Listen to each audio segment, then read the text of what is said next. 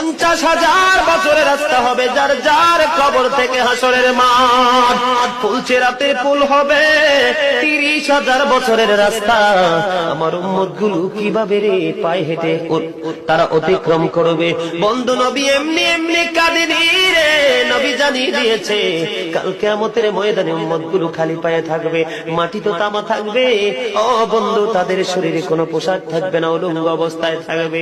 এবং মা আয়েশা প্রশ্ন করলো, গো প্রাণের নবী, জানতে মনে চায় নবী গো, এই যে আপনার উম্মতগুলো উলঙ্গ অবস্থায় খালি পায়ে সবাই থাকবে গো নবী, তারা কি নারী পুরুষ একসাথে? কয় হ্যাঁ, নারী পুরুষ একসাথে।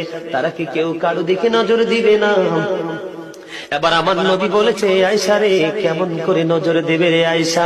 বন্যার পানি যেমনি প্রবল বেগে বৃদ্ধি পেয়ে পৃথিবীর মানুষগুলোকে গ্রাস করে ফেলেন, কাল কিয়ামতের দিন এই জাহান্নাম